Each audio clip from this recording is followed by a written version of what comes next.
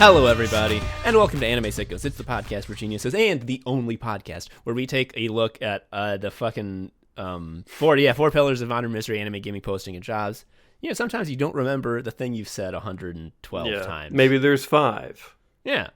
I'm Tom, an anime sicko. I'm Joe, an anime sicko.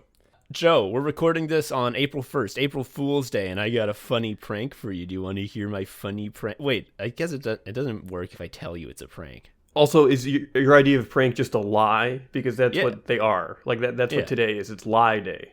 Yeah, it's lie day. So here's my fun lie. This isn't a Guesto episode, and there isn't a fun guest on the line right now.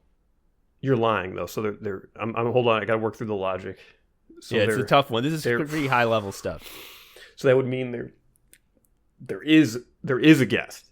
Oh, Joe, you've unlocked my clever riddle. Yeah, my puzzle is opened, and the treat inside is that, there's a guest. We got a guest. It's fucking Zac Gorman. Zac, introduce yourself. Hi, I'm Zac Gorman. What's your deal? That's myself. What's your deal? What's the gist of you? If I'm some guy who's never heard of you. Yeah, could you boil yourself down to a soundbite for our convenience? Yeah. No, you know what? I can't. Like, because the thing is like no one knows me for like the same thing. So it's like, well, I do some cartoons and comics and some books. No one knows me from the books. They did not sell well. But that kind of thing, you know, like I worked on Over the Garden Wall. I did the Magical Game Time cartoons, comics, whatever. Comics and cartoons. They're very similar, you know, folks. Yeah. That's about it. I think that's probably the best way to summarize it. Hell I don't know. I hear creative breath when you're saying this. So when you're saying like everyone knows me for different things, I hear range. That's my take. Mm-hmm. No one likes range though. That's the thing. That's absolutely true. Everyone wants someone who's like they can understand in the soundbite, and I feel like I don't fit that category, and so it's very hard for me on the internet and other places.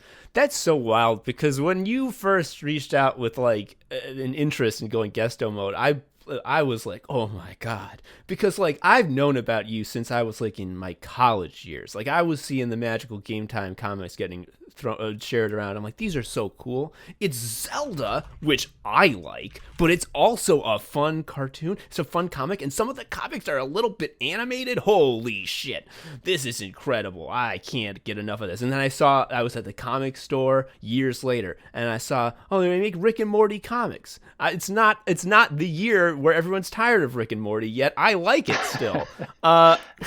Oh, Zac Gorman, he's the guy who made those fucking comics with Link. Oh, shit. And so I was like, this is a guy who's made it. I saw his fucking name in the credits of Over the Garden Wall. He's made it. No, creative work is it's pointless.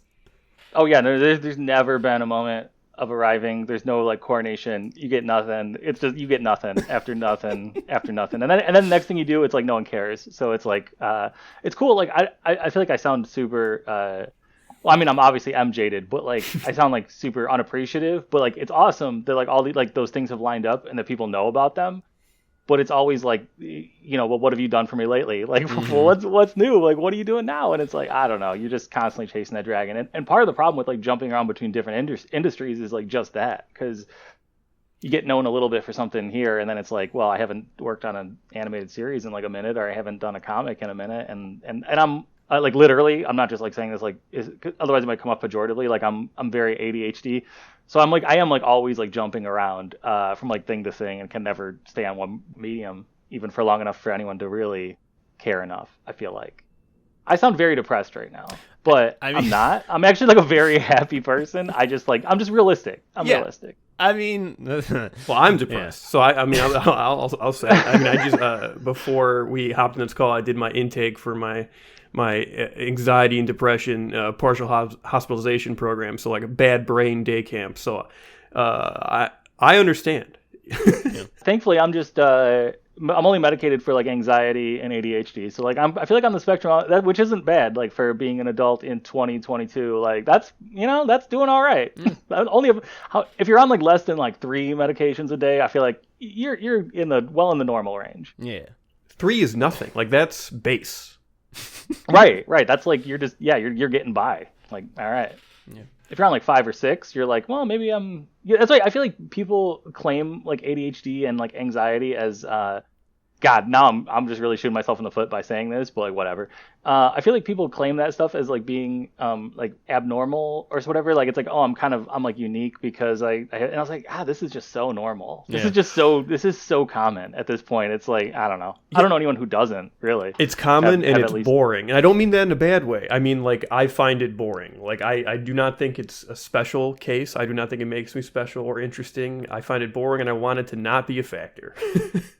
Yeah. Neurodiversity, I guess, was the word I was looking for. Is like I never like think of myself in that lens because it's like, I don't know. This just feels like everyone I know. I don't know. One question that was asked to me recently during therapy was like, were you ever designated as a quote unquote gifted kid? And I wanted to die. Like, that question made me feel like shit. Because you were or weren't? I'm just curious. Like, what's the? Just because, like, the designation to me, like, to hold on to that still, and even like interrogate that as a 33-year-old man felt painful. Yeah. It's like a couple of years ago, I was like thinking about like maybe I'll start applying to jobs, and my dad was like, "You should put on your resume that you were a National Merit Scholar finalist," and I'm like, "Dad, that's high school shit." And he's like, "People care about that." I'm like, "I guarantee you they fucking don't." Like, that's what the gifted kid discourse feels like, putting "I was a National Merit Scholar finalist" on your fucking resume as a 30-year-old. Or if they do care about it, they're like, it's the wrong kind of caring about it. I don't know, like, it's not someone you want to be associated with. Like, if they actually cared about it, you know, it's God. Ugh. I do like that we are, through no conscious effort of our own, just accruing a collection of depressed cartoonist fans. This is an incredible demo to appeal to. What is it about the cartoon medium that is so good for this? It's like artists, but I mean, this is true of a lot of artists, I guess. But it's you're an artist, but like no one pays you well or respects you at all. So it's like you're just kind of like naturally a depressed person, right? Like you kind of have to be. Like you know what you're getting into. Like when you get into it, kind of like it's all there. Like everyone shares that information with you. No one's hiding it. Everyone's like, yeah, this is a terrible field. And you're like, all right, cool. That's what I'm going to do for a while. And it's why? Yeah, it's not like there's like a few like rock star cartoonists who are like making millions of dollars. We're like, well, maybe I'll turn out like Davis. them. He's the rock star. I think it is a lot like why we, as a podcast without two fucking straight white men, have such a disproportionate amount of trans fans. It's because if you're a trans person, you have, just by the definition of your identity, lived through a situation that is cruel and crushing, where everyone wants to fucking step on you, and you have been like, no, I will take action. I will still persevere, which is a very anime sickos thing to do. And I think comics is a lot like that. It's just like, hey, do you want to do a fucking art thing that no one likes and you have to fucking post on Instagram? You won't get paid ever. And they're just like, yeah. And that's the thing is, you know, any like success that I had, the thing that like launched my whole career or whatever was, you know, that I happened to be like in the right place. It's funny. I'm going off the fact that you mentioned Instagram. Like the thing that like launched my entire career was that I happened to be in the right place at the right time for Tumblr. And like, and I like 100% acknowledge that. Like, it was just that I was doing fan art and I had like the gimmick of like the GIF comics, you know, I don't say GIF because that's fucking nonsense. The GIF comics, and like, it was just the right place at the right time. So it's like, I happened to be on Tumblr right when Tumblr was like blowing up. And like now I feel like I'm so out of sync with social media when it comes to like I have a moderate, for me, I think, like Twitter presence and like following, and like, but my Instagram is like nothing. It's mostly just pictures of my like family and shit. I don't care. I don't cultivate my like internet persona well, and I like sort of refuse to play that game, and I've been left behind a little bit as a result. I think that's probably true of a lot of cartoonists, especially as they get older. They just don't like. You don't have the fucking hours in the day to give a shit. Also, like the game is not a game that rewards you like people like you for playing it. Like, if you see the people who the game rewards, it's fucking like TikTokers who do dances and shit. It's like no one, like, there's no magic social media curation that will like make a comic strip take off and like become $1 million maker. What about the guy who did those like fucking alien comics? You know what I'm talking about? Oh fuck, yeah. What about that guy? Didn't that kind of happen to Johnny him? Sun? No. It was like an alien would be like, let us place our mouths together and make a smooching sound. Yes, this will indicate our affection. It would just be like aliens explaining normal behaviors, but as though an alien was thinking this. And it was like pink and blue colored, and the artist I think got outed as being like a fundamentalist or something. Yes, he did. I don't this. It sounds like I'm making this up, but No, I just don't remember anyone's names or whatever associated. I remember what you're talking about because the game is to restate normal things as weirdly as possible, and you run that into the ground.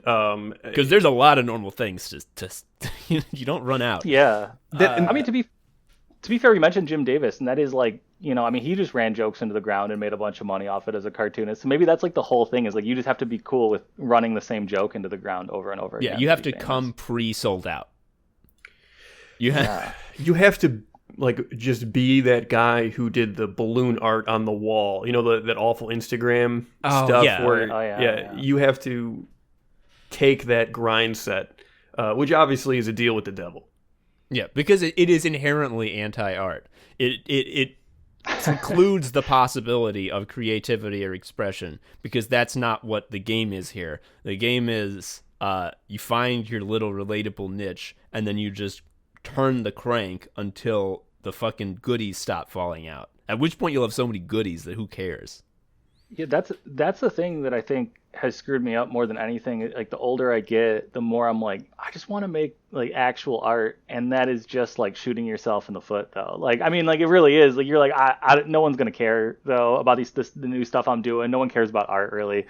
Yeah, but it's also the most important thing in the world. Right, it is, and it isn't, because you can't get.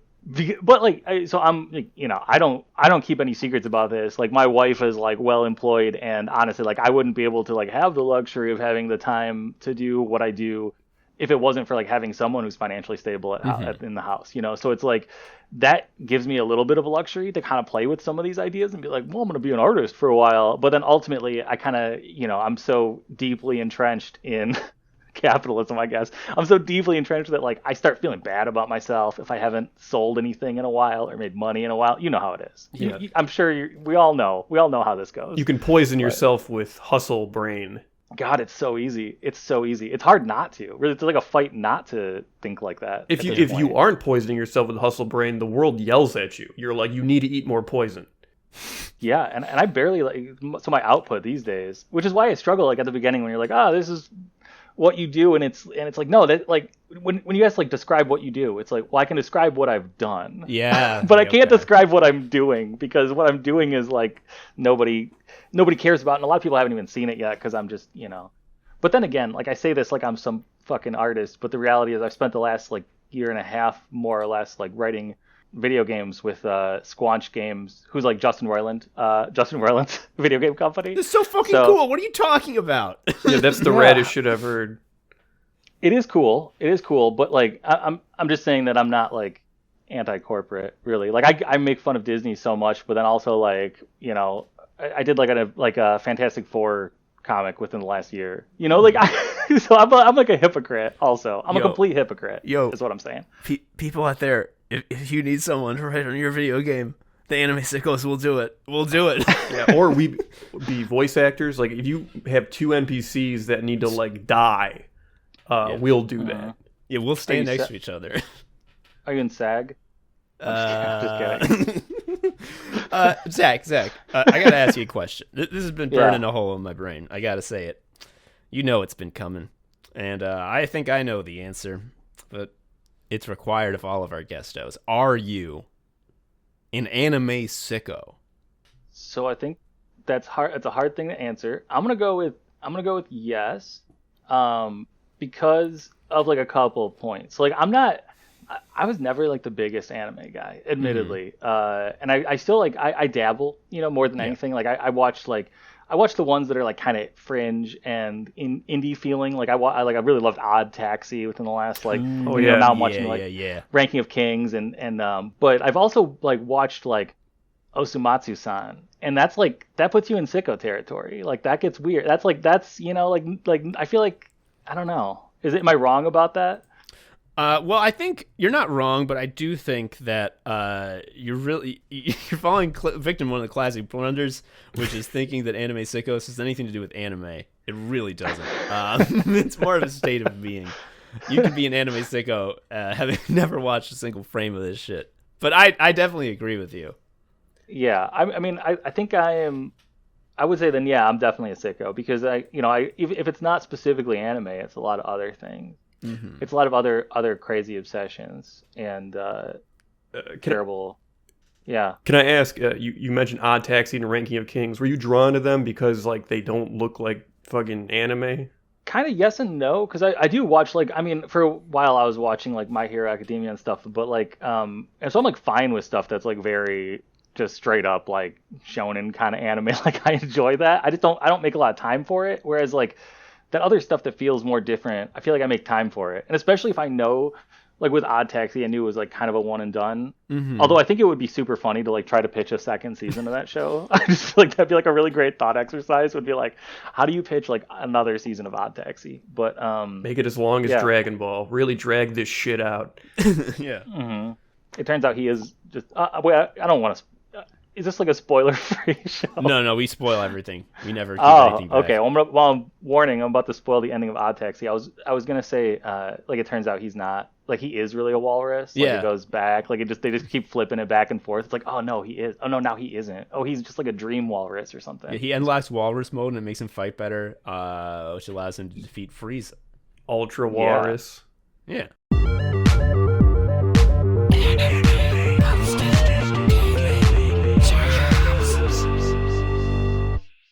Zach, tell me about Chuck E. Cheese's. I'm seeing this on the document. You want to talk about Chuck E. Cheese's. Hit me with it.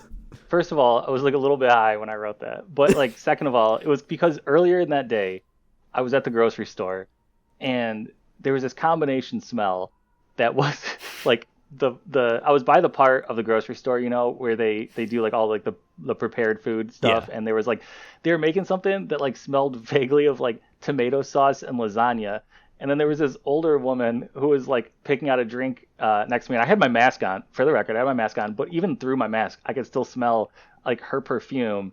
And the blending of her like really floral old lady perfume that made Showtime pizza.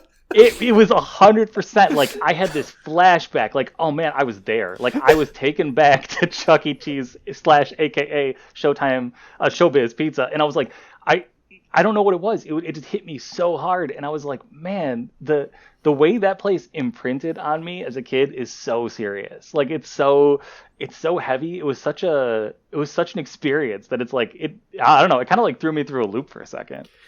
The biggest sensory takeaway I have for Chuck E. Cheese's, and you just saying this activated this, is handling the tokens and then having your hands smell like coins from hell. Yeah, there's always a combination of that and then like the pizza. It was like those like tokens and like the pizza grease and then like all the other machinery that you've handled that like other children with filthy hands have been handling. That place is just like such a bacteria infested like germ zone. I can't even imagine. I think some of them are still open, right? It's not like totally gone after the pandemic, or is it? I was doing fucking errands recently, like a week ago, and I had to go by this like fucking strip mall that was near an apartment I had, and I was in college. And we noted in college, how is there a Chuck E. Cheese in this strip mall that's still open? That's ridiculous. I thought those went out of business. And that was, again, college, 10 years ago. And it's 2 years of pandemic at this point. I drove by that strip mall. Chuck E. Cheese, still open, baby. Have you good on them. Ever seen the original animatronic Chuck E. Cheese, like the first one that launched the business? Yeah, it was designed to be extra spooky. Nothing about it reads as fun. Like it's terrifying. It's awful. And that was enough to start a business. When I was in high school, sometimes like I wasn't like the coolest kid, but we would obviously, but we would go like on like half days. Sometimes there was like a Chuck E. Cheese not far from my high school that we would like go. A couple like friends would go up to, and then I feel like I went there. We tried to pull that once when I was like, you could get stoned and go up to the Chuck E. Cheese or whatever on like a half day. And I feel like I went there once, but I was like 18, and they wouldn't let me in. They were like, "No, sir, you are an adult. You are legally an adult, and we cannot let adults in without parental supervision, without like a parent. Without a child. Like they won't let an adult in without a child. So it's like the opposite of parental supervision. And and I remember getting like really indignant, and I didn't get in though. Like they forced me away. They turned me away at 18. To start that quest, you have to kidnap a kid. Whoa. I had a revelation, because I had this phrase in my mind for the last few minutes, which is Chuck E. Cheese seems like it's a sicko factory, but I couldn't put it together. Okay, here it is. 1, anime. It has a cast of characters who look fucked and have an art style that's very weird. Check. Gaming. I think that goes without saying. Posting. Haven't made that connection yet. Jobs. You have to toil in the game mines to get your hell coins so that you can get your pay. It's the sicko factory. Yeah, it was just a children's casino. Like that's literally all it was, the children's casino. And they were like, everyone was fine with it. It's such a weird place. But I had like speaking of gaming, like I had some really like fundamental kind of gaming experiences. Like I remember that was the first place I played the 4-player Turtles arcade game, or the first place I played. Weirdly enough, they had like a stand-up Castlevania arcade machine at the the NES Castlevania at the one I used to go to. Yeah, as a kid. Yeah. I never had a birthday there though. I think my parents like probably just didn't have the money for it. But like I went to birthdays that were there, and it was always just what a treat. What a fucking treat that was. I was the same way. I was a forever birthday guest, not host. Huh. It probably cost like a fucking obscene amount of money by like today's standards. I don't know what it costs to like host a birthday party for like 20 kids at Chuck E. Cheese, but I bet if I saw that figure now, like for my kid, I'd be like, that seems like way too much. I don't know. I'm not sure. Do you remember how it was like a story in the beginning of the pandemic when like ghost kitchens were like a thing that people were interested in, that Chuck E. Cheese's started selling pizza on like Grubhub and such as Pasquale's Pizza, and that was like a news story. I feel like that's, I don't know. If you're Chuck E. Cheese's, you have to own the squalor, and I feel like if you're laundering your pizza away from the squalor, you're missing a fundamental part of your soul. Like, yeah, why not just brand it? Why not own the brand? Call it Chuck E. Cheese Pizza. You know, like I mean, I get that it was sort of a subtle nod to one of their characters, I suppose, right? Wasn't there a Pasquale? Like a canon Pasquale? Yeah. I feel like they should they should like package the pizza with a little bag of tokens so you can rub it on your hands and smell the token stench as you're eating the pizza for the full experience. Yeah, everything is so tactile about it. It does feel like it loses something, in the translation. Also, like, low light in a disgusting way. Just like the dimmest place that's ever existed. Fuck. Oh my god. Low light and just to hide the filth and There was I've never been to a Chuck E. Cheese. I'm gonna out myself as a Chuck E. Cheese never go tour. But there was this place which is now called Nickel City in the suburbs. It was called Super Just Games in my childhood, which I had never heard of. And then I was at a birthday party for one of my friends, and I didn't know that there was a second location. I thought we were just hanging out and playing N64. And they were all like, let's go to Super Just Games. And I'm like, is that English? What are you fucking talking about? And we went, and it was basically a Chuck E. Cheese. It was just a huge, and if you've been to Nickel City in the Chicago area, you know it's just this. But as a kid, it was just this overwhelming like warehouse of arcades. And man, I like to think that like our Anvernics, our little emulation Game Boys that have all the video games on them, are, all that one needs as an adult to get the full breadth of the gaming experience. But there really is there's something special about being in like a dimly lit cavern that smells like shit with a bunch of huge games that make so much noise. It helps and focus. Like clackers. Yeah. Did either of you ever go to like internet cafes when that was a thing to like play games? Like, so there was like a very small window of time when like some of my friends were playing like Warcraft 3, and it was like none of us had like a good enough like setup, so they would go to like a little internet cafe type thing, and you just like pay by the hour basically to play Warcraft 3. Did everyone else or did that miss you both? You're a little younger than me. I think I got a couple years on you, so that may have missed. I was at one birthday party for a kid I kind of knew where we went to a fucking PC gaming LAN cafe. I, at that point, was not aware that you could get a video game off the Nintendo. So like this whole thing was fucking blowing my mind. I didn't know about online gaming either, so I didn't know you could play the same game with other computers. And also, you're playing like fucking Quake. I didn't know that there were gun games. So like this was all new to me. And then also it was modded such that you could make your character model Vegeta, which that was the thing that really that really appealed to me, was knowing that I was Vegeta, and like see when I would get inevitably killed because I didn't understand what I was supposed to do, I would see Vegeta because I'm like, finally I'm out of this fucking first person view. I can see Vegeta, the point of the game. No, I did Warcraft 3 just on my computer, not coin operated. Although honestly, if it was coin operated, I probably would have played it less. That would have been better in the long run. Yeah, I was never any good at it. I just, would go occasionally with friends of mine and they would just beat me. And I guess I don't know, maybe it made them feel better about themselves.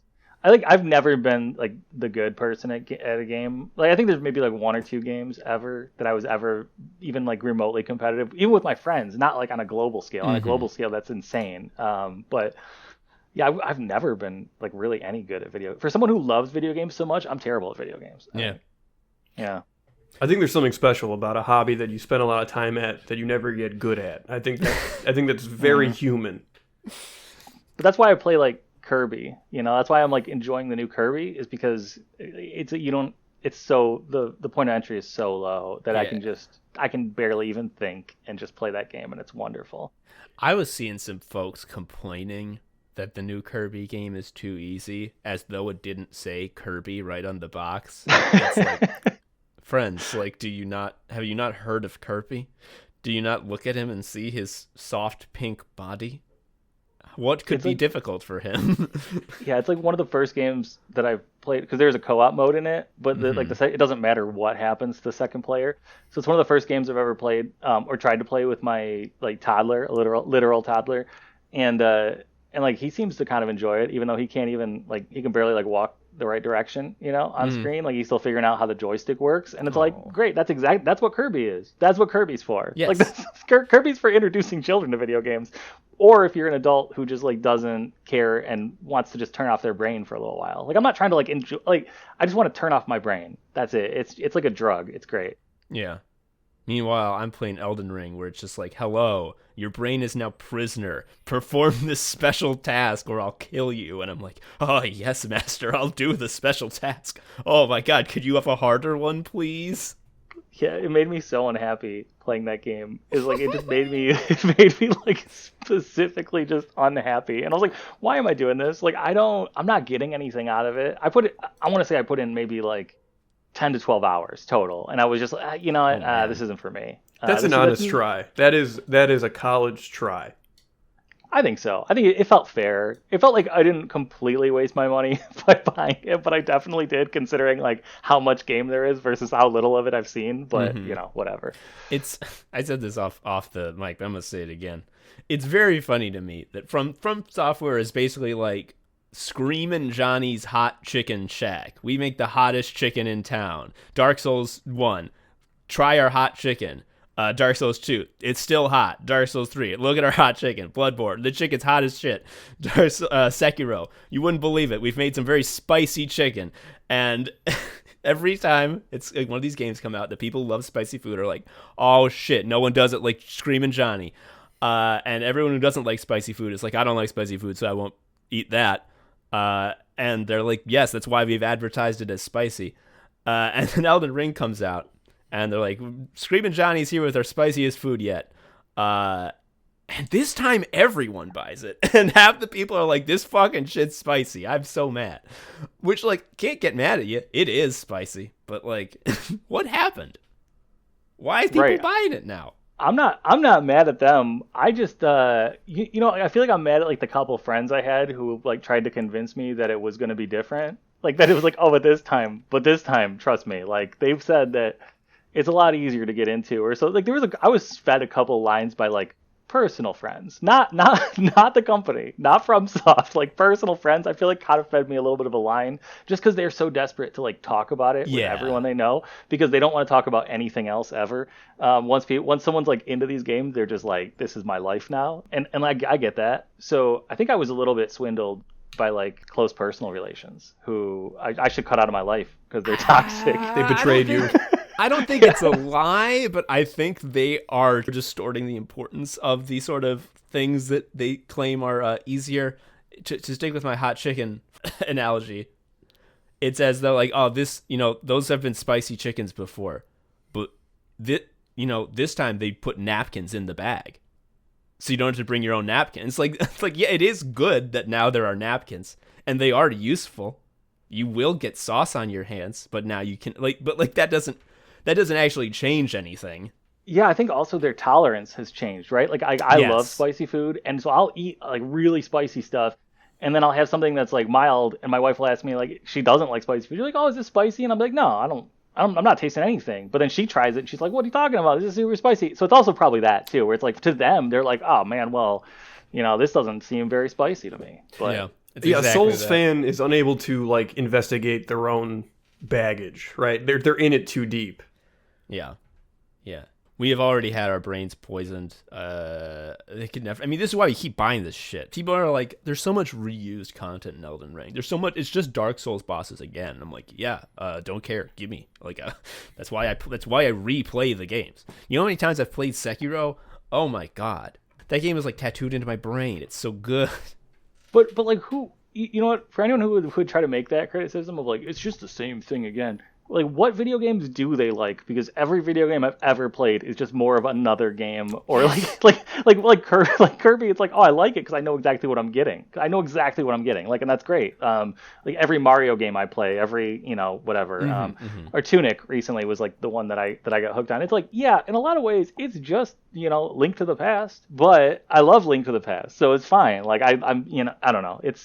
It's good to kind of know what you're getting in a way. Like, I mean, this sounds like anti-art, but whatever. No, Zach, what you're saying is gimme to slop. Yeah, but like Stardew Valley is just Harvest Moon again. Like everyone was thirsty for some more Harvest Moon, and it took someone to just make a better one. Like it's the same thing again, repackaged slightly. You mentioned the Kirby game. This is a 3D Kirby, right? So like it's. The aesthetic is interesting. I haven't been following it, but it's like, is it like post-apocalyptic?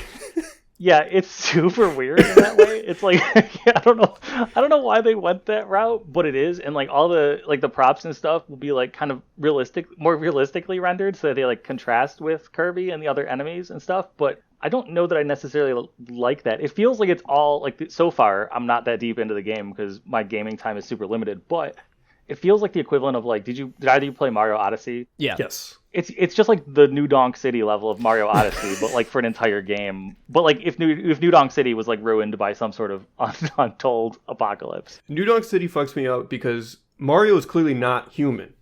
Yeah, he's Italian. Like, you see normal people and he's like up to their thigh, and they're not freaking out when he comes out of pipes. Yeah, Joe, that's Italians visiting France. This is it's been happening for centuries, Joe. People use. Have you ever met an Italian? That's exactly what it's like. Yeah, Joe, haven't you noticed that I only come up to your knee? I live in Little Italy, and I am up to my waist in these guys. Do you actually live in? I do. Little Italy is funny. It's not very large, and it's little, you might say. Yeah. Yes. And it's mainly just like some restaurants. It's a very generous term of Little Italy. I imagine other cities that have a Little Italy section might have a little more oomph with it. I feel like a lot of Chicago, I shouldn't say all. So I lived in Chicago for a couple of years. And I feel like a lot of those like neighborhoods felt like pretty phoned in. Yeah. Just like, yeah, I guess that's the gimmicky ones, I should say, like all felt kind of phoned in. Like maybe in the 50s some Italians lived here, but I think of Andersonville, it's like the Swedish neighborhood, and what does that mean? It means that there is a Swedish flag on a water tower. That's nary a Swede in sight, but there's a flag on the water tower. Yeah, there's not a bunch of blonde giants walking around. To go back to how we were talking about how every game is just more of the same game, this got to be in my bonnet about something that I've wanted to talk about for a long time, which is, you ever run into the phenomenon of someone who complains about a video game because it doesn't have a good post game? What the hell is that? That sounds like such brain poison. When I reach the end of the game, I'm done. I don't give a fuck about a post game. You've ever played a post game? Yeah, so recently I played through Psychonauts 2, which I loved. I thought it was kind of like a perfect game. It's great. But they do offer you like a post game where you can like run around and finish collecting the things you didn't collect basically, but the story's over. Mm-hmm. And I do think that it like feeds into that same personality that is like really into these sort of like never ending like the Marvel movie kind of thing where it's like I just want like a story that never ends. Because then I'll lose my precious characters or whatever. Whereas in reality, like a lot of the time it's the ending that kind of gives it meaning and turns it into a story, right? Otherwise it's just kind of this nebulous thing that just keeps happening. It's probably the same sort of mindset that goes into wanting a post game, like people who can't let go of their toys or whatever. A very robust post game at one point appealed to me, like something like a very hard Dragon Quest dungeon after the credits. At one point in my gaming career would be appealing to me. That has since ended. Now I want it to be done and move on to my next self-abuse. Yeah, I mean, I get like wanting to stick with a game for a long time, but like just make the last boss fight like an opt-in thing, right? Yeah. It's like, okay, well, yeah, you can just do whatever you want until you just opt in to fighting the last boss and finishing the game. Like once that's over, why do you want to keep going? I don't know. I find it confusing, especially like in JRPGs, which I love JRPGs. I'm playing them a ton lately. I was on a huge kick playing through all the Final Fantasies and Dragon Quest until Elden Ring distracted me. I'm back on it, and I love them. However, the fact is, every single JRPG dungeon is hellish to play through and is deeply unfun in every way. And the only reason that I'm doing it is because I want the story to advance. So the idea of a fucking extra hard dungeon that has no story relevance is like, can I pay to take that out, please? Like, do I have to? Which Dragon Quests or Final Fantasies are you playing currently?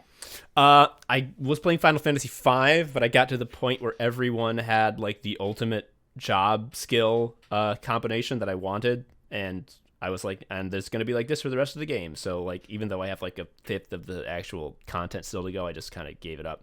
And so right now I'm playing Dragon Quest IV, the DS remake, the one where you have the 4 prologue chapters where all your homies have their little intro stories, and it is good as hell. That's the one with Torneko, who is Joe's... my dude. I'm a big fan of him.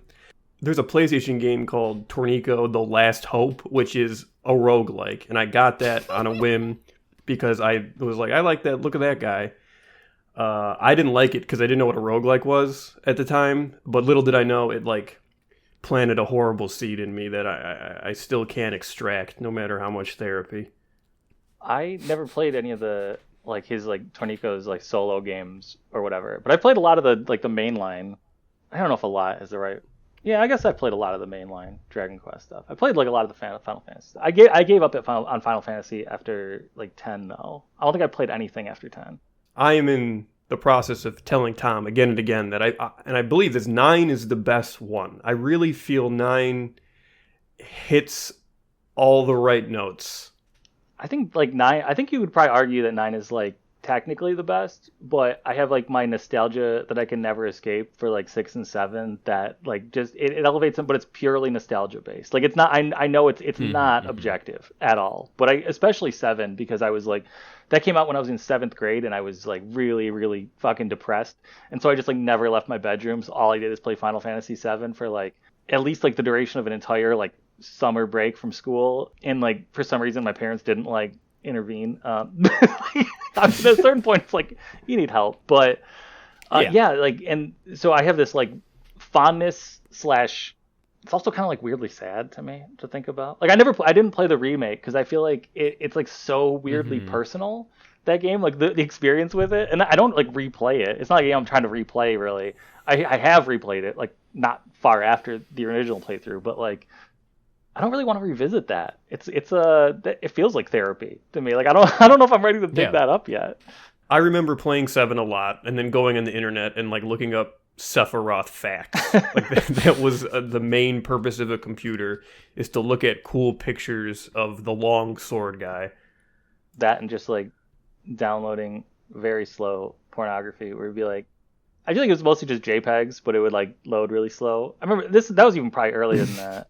I don't remember when I was doing that. Early internet. The early days when I didn't like have it at my house, but I'd like go over to my friend's house and we'd Google like topless celebrities or whatever and get some like really badly composited JPEG that would take like 10 minutes to load. Google and boob. We'd never sinned, so we don't know what that's like. I remember, speaking of like being an anime sicko, I remember when I was in pornography. I can combine the two. I remember when I was in like 7th grade or 6th or 7th grade. I don't remember which one it was. Maybe it was even 8th grade. Whatever. When I was in middle, let's just skip that. Let's cut that. When I was in middle school, I remember like a friend and I we used to go up to like the Suncoast Video at the mall at Fairlane Mall nearby me, and we would just like it was still VHS at that time, and we'd steal like anime, like adult like anime like VHS by just like you slit the bottom of the case open and just like slide the tape into your bag or whatever, and like so we like shoplifted so much anime, and it was all just the worst stuff. Like I do also, this ties back into Final Fantasy. You might not know what this is. I don't even know the name of it, but there was apparently it was in like the late-ish 90s. It was a VHS, and it was Final Fantasy. It was 100% Final Fantasy, but it was probably like an OVA or something. I don't know what it was. We brought it home, and I was all excited about it, and it had like nothing to do with any of the games. Yes. Do you know what I'm talking about? Yes. Yes, I know exactly what you're talking about, because the Blockbuster by us rightfully had like the anime section as like, you must be 18 or older, your soul must be pure to look at these things, no kids allowed. And I remember like walking by at a safe distance and then seeing the words Final Fantasy and like being like, and then at one point I think I rented it, or I had a friend who had a lax parent that didn't give a shit, and we rented it, and the same thing happened where it was just like, what the fuck is this? Yeah. I think it's so fun that Final Fantasy, and to a lesser extent Dragon Quest, are these like huge properties, these huge IPs. You'd think obviously, yeah, you're gonna want to crank the money crank on all different mediums as you can with these. But like, the thing about Final Fantasy is that every single Final Fantasy game is completely unrelated to any of the other ones, which I think that's an underrated amount of swagger for a series to have. That's just like, yeah, none of this shit, none of these characters are coming back ever. Maybe we'll make a 10-2, but 11's gonna be fucking. If 11's gonna be goddamn MMO, you're gonna have to deal with it. They're all Final Fantasy. It was around like the same time that like Pixar also gave up on doing sequels. That like Final Fantasy kind of gave up on doing sequels. And whatever, like the early 2000s, they're like, I don't know, man, just fucking whatever. Let's just cash in. Let's just do like an X2 or whatever. By the way, I looked it up. It was called Final Fantasy Legend of the Crystals. Came out in 1994. Yeah. The picture I see when I Googled it is horny. It appears to be a protagonist looking at a glowing upskirt ass. That sounds right. Yeah. That's probably why it was in the forbidden section at Blockbuster. Yeah, it probably did make me very confused and aroused in 1990, whatever year I have an anime question for you, since we're talking about the big sin. Did the bloody nose, the nosebleed, did that read as horny to you? As it, like, did you have to be told that's what it was? I think, like, honestly, I think I found it out when I was like in my 30s. Like, I feel like I never understood it, and then like I didn't like watch enough anime, and like I feel like I only got that as an adult. Like, it absolutely did not read like that. I did not know what that was. I mean, I guess I got context wise that like there was a hot girl involved, but I didn't. It was so hard to connect.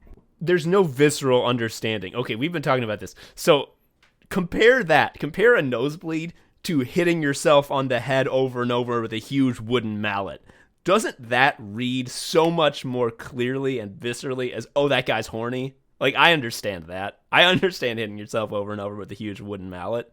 Like that, I feel this in my bones. Whereas a nosebleed, you have to have that explained to you. Yeah, so you're talking about like the Tex Avery wolf like banging himself on the head with the mallet. Yes. Yeah, like I can kind of see. Yeah, I can kind of see that. Like I think that does that does read a little more clear, but I don't know how much of that is based on the fact that they also usually had like hearts in their eyes while they were doing it, and like that might be what like tipped me off as a little kid. I don't know. The mallet thing, when I first saw it, I remember being like, yeah, I bet that would work. Like, that seems like...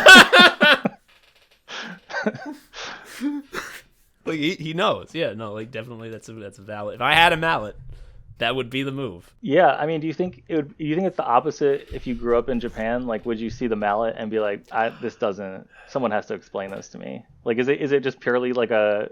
Is it related to something else culturally, I guess, where like it wouldn't read other places? Or do you think everyone would kind of...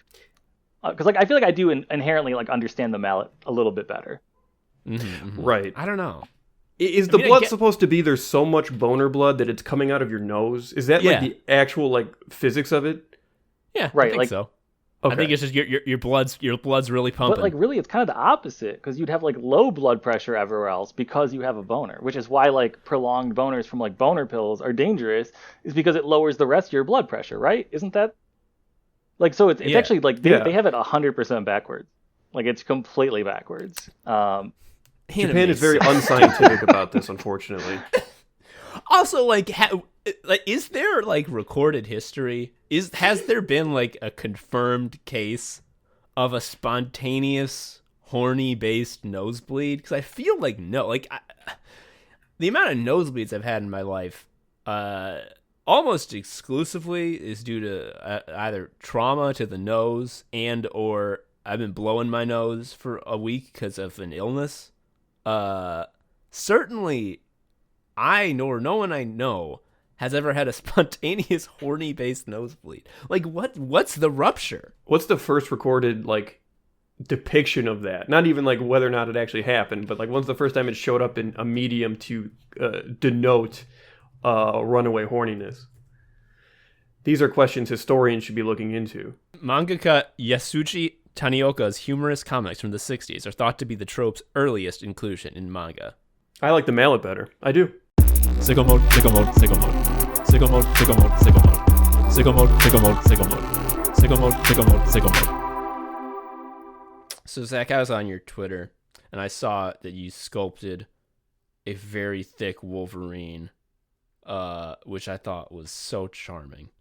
And yeah, tell me about this. Tell me about this new artistic pursuit you're getting into. He's a thick boy. And I will say real quick that like my favorite Wolverine has always been like the closer you can get Wolverine to Bob Hoskins, like the better. I think is like that's my ideal Wolverine should look like Bob Hoskins. Yeah. But more schlubs, he should more be short schlubs and in thick media, and hairy, and have a paunch and. He should be 4'11". But yeah, about the sculpture. So yeah, like I got into it. Geez, I don't even know. You know what? I started making a lot of stuff for my kid, and I was gonna make him like this. He loves those Richard Scarry books. Like that's Richard Scarry's like his jam, and there was this character like Bug Dozer, and I was like, I'm gonna like build him. Like I can probably figure this out. I'm a crafty guy. And then so I built this little Bug Dozer model, and I just like kind of fell in love with it. I was like, I just want to keep doing this, and so now it's kind of just taken over a lot of my creative output. I'm still writing a lot for work. Like I literally just wrapped up writing another draft of a book today. But like as far as like visual art goes, this has kind of like been the only thing I've enjoyed in a really long time. And yeah, it gets no traction online. I mean, comparatively to like if I were to draw like a Ness or a Link, and post that, it would get like huge numbers. It would, but when I do like a sculpture, even if it is like a fan art thing, like the Wolverine or whatever, it's not gonna. And so to be fair, I haven't like finished a lot of them. So, but still, I think people are just like a lot less interested in it. But I love it. I fucking love it. Have you considered just kind of focusing all the content streams and just sculpting a Ness? Yeah, I have actually, which is funny. Right now I'm like kind of doing. I've been doing some like comic characters from like, comics I'm a fan of or whatever. But yeah, I mean, the thing is, so it's not like I'm above doing that. Like, but it does feel kind of like pandering in a way that I don't know. I just punish myself, I guess, a little bit too, where I'm like, oh, you can't go back you can't go back. You can't go back to doing like video game fan art, even though that's so silly. Like, because whatever. I'm sure that's why like 90% of the people who follow me in any location follow me, because they're just like hoping I start doing video game fan art again. They're like, we don't care about your opinions or your kid or your sculpture. We just do more video game fan art. So maybe I should. I mean, I think that there is a big value in doing shit no one cares about.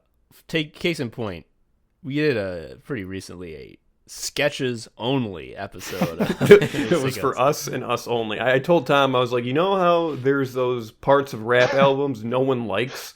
What if we only did those? Wouldn't that be fun for everyone? And that's why do you not hear skits on rap albums anymore? Well, because in the 90s, rappers had unparalleled power. They sold millions of records. They were cultural juggernauts.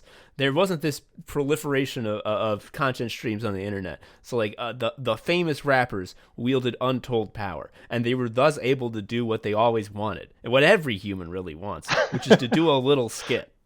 And people have to listen to it. We had a sicko guest, Devin Price, who was a great sicko homie, and their sort of thesis was like, if you are online long enough and you're trying to like build an audience, you will sort of naturally regress into being a clout monster, where you're just obsessed about your follower count, and you eventually end up feuding with other clout monsters. This is the fucking bread tube people.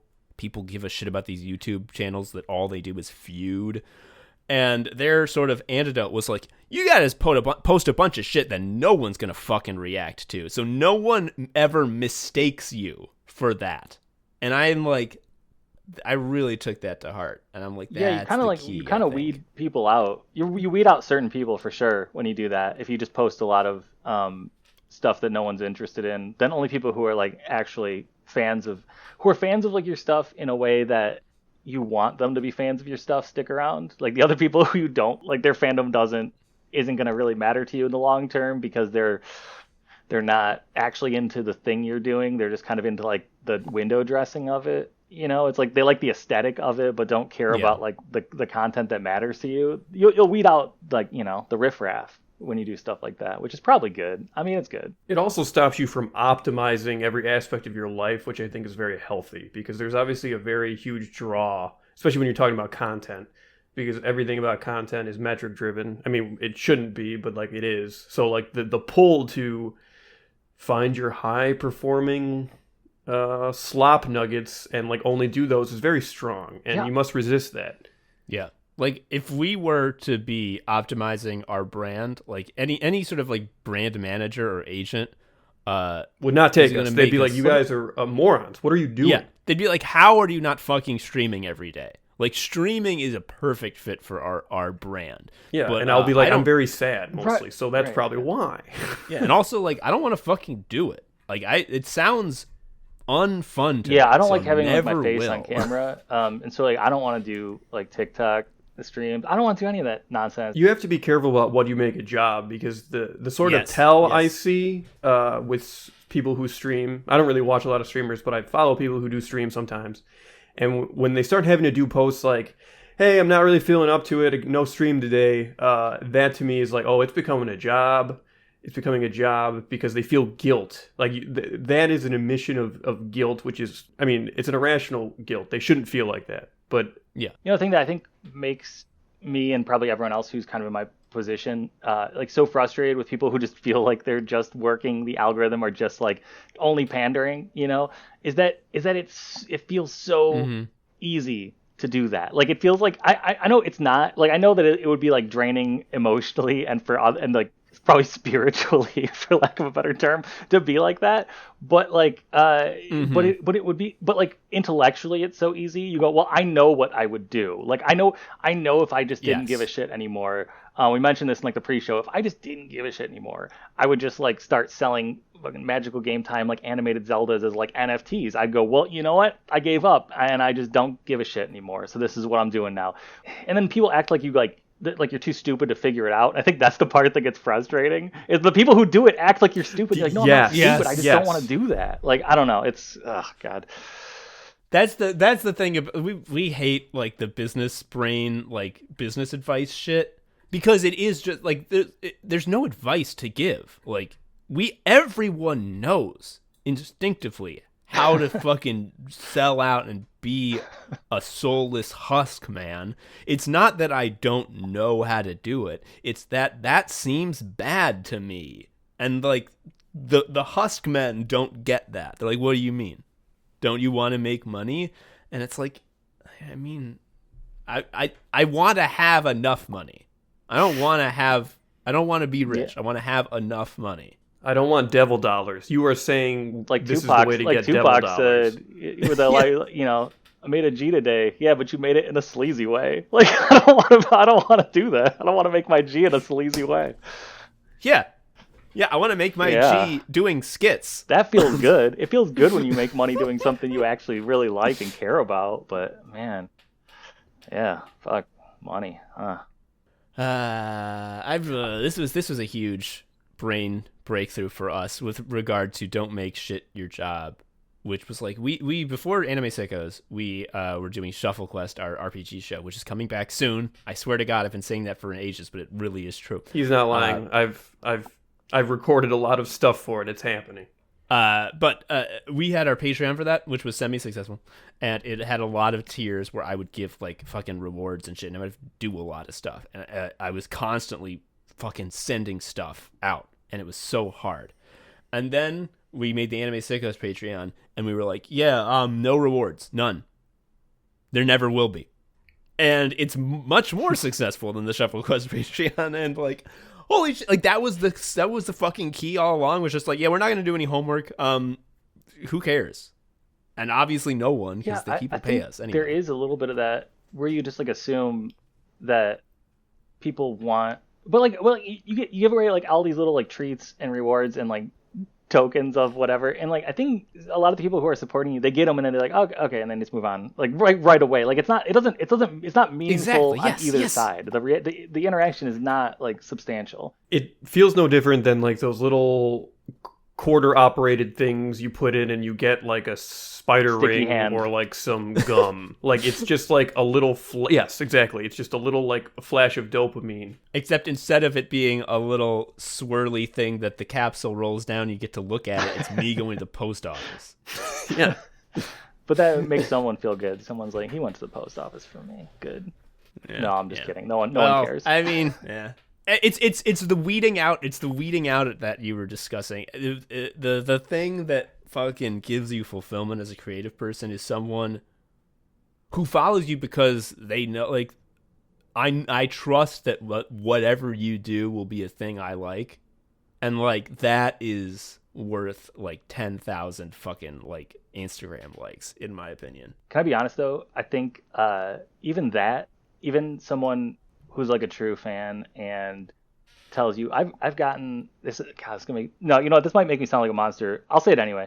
I feel like I've gotten a lot of messages from people before. Not a lot. I've gotten some messages from people before that have been like, oh, you know, like something you did really mattered to me a lot, and I'm like, oh, that's great, and obviously, and that's like very exciting to hear. But ultimately, I don't know what it is about my brain, but like that still doesn't bring me this level of like satisfaction that I'm always looking for. Like I wish it did. I wish that like a lot of people say that they'll say yes. like, oh well, yes, it's just about connecting to one fan, and I like intellectually believe that, but I think it's probably something to do with my like depressive nature or like whatever, where it's like, yeah, that kind of lights you up for like a second, and then ultimately I'm back to my like, oh, nothing I do matters, this is all garbage. Like it was so quick that it like I wish it fulfilled me. I agree completely. For me, when there is a compliment of that, like when you did X, I really like that. It's as if I switched to third person mode and I do not feel the compliment. And then after the compliment has ended, I go back into first person mode, and then it's like, yeah, why am I so sad? Never letting yourself be satisfied. Never like, and that's a thing that haunts me all the time. I just never. You can never get to that level. There's always this imaginary fucking carrot that you're chasing. And it's, you know, and it relates to all the terrible cultural things we were brought up with. But it feels so like inescapable, man. You're just like always looking for that next high, and it never does it, no matter what. It's capitalism brain. You always got to get your next paycheck. this paycheck's not enough. Yeah, Where's my next one? And when it does hit, like kind of for like I remember when I sold the Thisbe books, I sold like this 2-book series to HarperCollins, and it was like a sizable paycheck. For me, I had never gotten that much for one project, and I was so excited, and I was like, oh, this is gonna be, the idea's good, this is gonna be big, I'm gonna keep writing books after this is like the trajectory my career is taken, and of course they didn't sell that well, and it's like, so I had this, even when I did have that moment of like feeling like, man, I've finally taken that step up, it's like, it doesn't just, you don't stay there is the thing. Like it immediately, even when it feels like it, it's just the rug is going to get pulled out from under you over and over again. And it's just fucking, yeah, that's what happens, and I wish I had like braced myself better for it or had like better expectations, but it's hard. It's hard to make a living doing anything creative, which is probably why so many of your friends are like depressed artists. Yeah. Some of your friends and followers. Yeah. Yeah. This is why I like what you're describing, is why I think it is so important to have to put a lot of your energy into projects that are not appealing. This is what Joe and I have discussed, stupid ambition, where like objectively the amount of care and love you're putting into this project is dumb. It's unwarranted, like unbelievably unwarranted.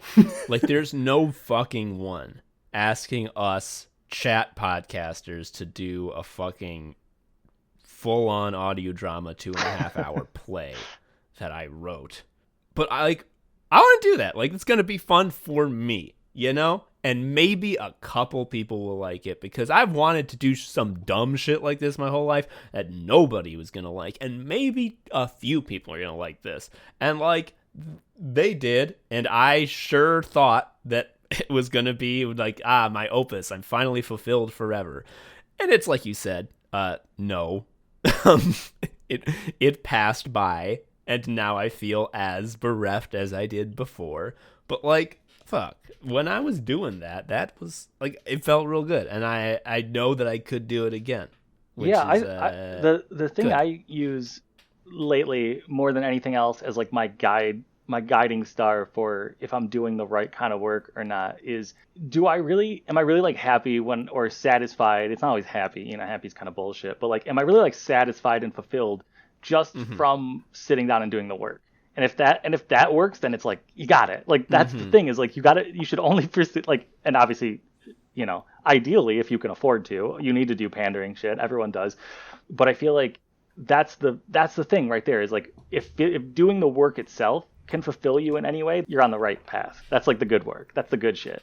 Everything else is kind of bullshit. All the rewards that come from it are never gonna fill that void. But doing the work itself can kind of feel good sometimes if it's like the right kind of thing.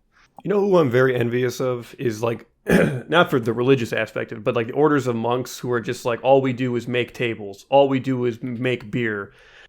That, I imagine, is like the level of fulfillment, because like they're doing it for, obviously, to sustain their order or whatever, but like, let's be honest, like they're doing it in isolation. And like intense craft, man, I can like lose myself in that. That's why I like sculpting so much, is when I'm doing it, when I'm in the activity, man, my brain is so fucking blank. Like it just becomes like, all I'm thinking about is like what I'm doing at the moment with my hands or the tools or whatever. And that's wonderful to me. That just like intense focus on craft. I love it. Yeah. The inescapable problems of the horrible world that weigh on you every second go away for a moment. They come back, of course, but like, hey, you were free for a bit. Yeah, following your bliss isn't so much as like finding the things that bring you happiness. It's just like, what makes your brain turn off? Yeah, I think that's true. Yeah. That's also why I like Kirby games. I like things that make me not have to think for a little while. Did you play Kirby Superstar? Which one was that? That was the Super Nintendo one that was like 8 Kirby games in one. And there was actually one of the hard... No, I didn't. That one rule, that is like for sure like the hardest Kirby game, and it like stands out for that reason. But the reason I remember it so much is you can play co-op. And like one person controls like another power that Kirby doesn't want. So if you eat the cutter guy, you get the cutter guy, and the second player gets that. But the thing I always remember is that if you pick up food and you immediately run to the other player and hold up, Kirby will like share the food like a baby bird with the other guy. That's wonderful. Yeah, it's very good. It's kind of beautiful. Yeah. Aww. I do gotta say that what you were talking about, that brain state when you're sculpting and you're just in the craft of like what I'm doing this second with my hands, that's Elden Ring. That's the appeal. That's why the spicy food tastes good. That's me fighting Malekith the Black Blade. Yeah, because you just have to do it over and over again, and it eventually just becomes like it's just like a dance. You're not even. Yeah, because every boss, even if you have like big time HP, like every boss has like a 4-move combo that if every one of those moves hits you, you are dead from full health. Just whack, whack, whack, whack, dead. That's it. Try again. And like every time you fight one of these bosses, obviously you're gonna get hit by every move because you don't know them yet. And every try, there's going to be like one move that this time I think I can dodge it about half the time. And then you can dodge it all the time, but all the other ones you can't. And then I've learned how to dodge this move. And eventually, the absolute incredible feeling that the Souls games give me that no other games can is the feeling when I get owned by a boss, but it's there's this dawn in my brain where I realize for the first time this is doable. Like, I can do it. Because the first few times it feels impossible, and you're trying to gauge, like, is this impossible because I don't understand the boss yet, or do I need to go get more levels and more, a better weapon? When it clicks, it's like, oh, it's doable. Like, that is the most incredible feeling. It's like, it might take me 10 more tries, but I know for a fact that I can do this, and then it's just a question of making my hands say what's in my head. Yeah, which I think I could never make my hands say what's in my head. Probably, I can't even make like what's in my head say what's in my head. Like I can't even. I don't know. Like I'm not one of those like artists or writers who like I'm not like picturing. Like I don't like draw what I'm picturing. Like I just kind of draw, and it's just sort of like I don't know how to explain it. I don't imagine it. And the same with writing, like I'll kind of break a story out in an outline, but then a lot of it is just kind of like improv, like it's not like, and so I don't like do intensive outlines or anything. What's on the page drives what continues to be on the page is what you're telling me. Like you don't have like the big vision from the jump, which I agree completely. Yeah, so I have like a hard time when it comes to like visualizing stuff. I mean, I think I have like an active imagination in a certain sense, but it's like, it's not like, it feels weird to say as an adult, by the way. That's like a thing they only tell you when you're a kid. Like, you have an active imagination. As an adult, being like, I have an active imagination. It's like, okay, you like weed. I get it. But, but yeah, like I don't know where I got a little lost there for a second. But like, yeah, I don't know. Anyway, I feel like I said my point, and then I just kind of was rambling and repeating it over and over again. But, that's podcasting, baby. Mm-hmm. Just say it a slightly different way next time. It does. Speaking of that's podcasting, man, it does feel like sometimes like we said all of our bits in like the first 5 episodes, and we've just been trying to figure out like what's a fucking new angle on this shit. How do we say "gimme to slop" in a different way? Yeah, we could say it in Spanish, I guess.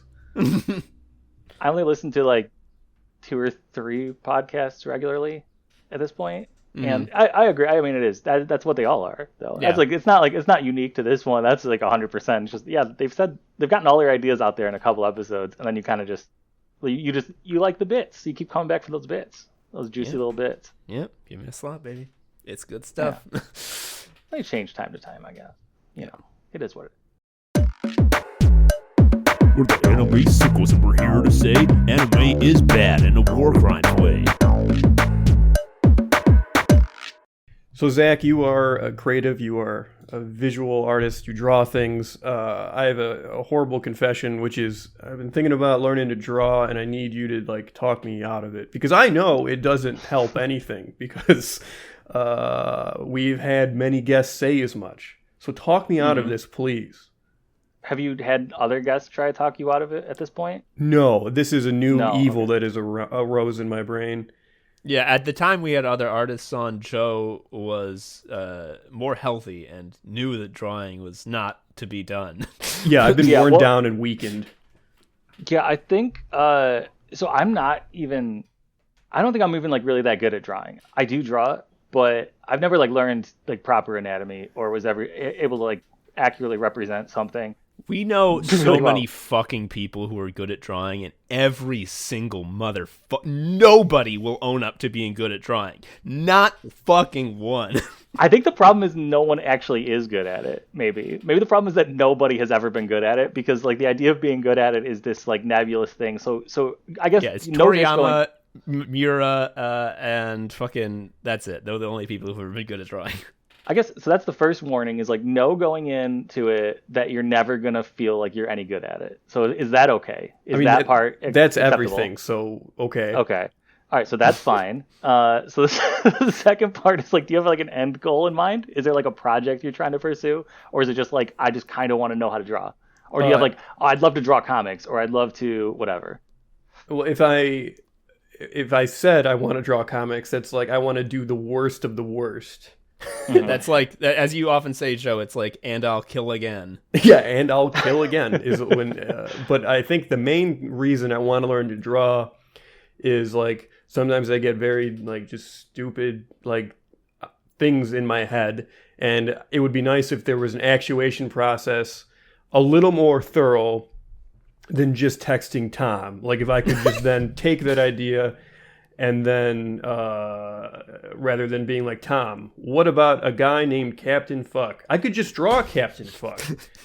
Yeah, I think you probably already can draw is the thing, because here's the thing about drawing is you don't need to be any good at it. Like I said, like you're never going to feel like you're good at it. You don't actually need to be good at it to be like good at it.